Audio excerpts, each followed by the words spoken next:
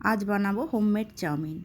প্রথমে আলু ভাজাটা কেটে নিয়েছি, কড়াইয়ে একটু তেল দিয়ে দিয়েছি, তারপর আলুগুলো আস্তে করে ছেড়ে দিলাম।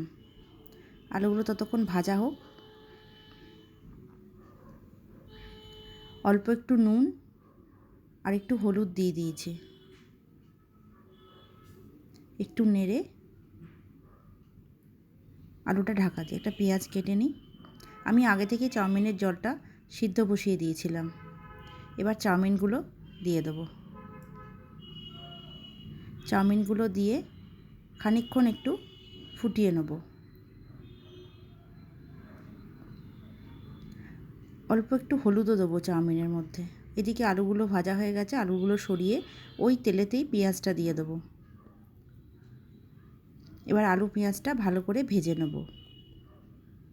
চাউমিনটা প্রায় সিদ্ধ হয়ে গেছে, অল্প একটু হলুদ দিলাম যাতে একটু কালারটা আসে। আমি নিরামিষ করছি তো চাউমিনটা আজকে। চাউমিনটা প্রায় সিদ্ধ হয়ে গেছে, ছেঁকে নেব। এদিকে আলু পেঁয়াজটাও পুরো ভাজা ভাজা মতো হয়ে গেছে। এবার এতে একটুখানি গোলমরিচের গুঁড়ো আর একটু ম্যাগি মশলা অ্যাড করে দিলাম।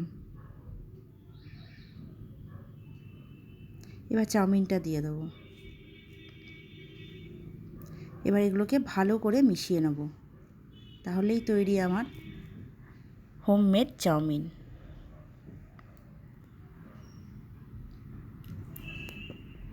Chowmein ready.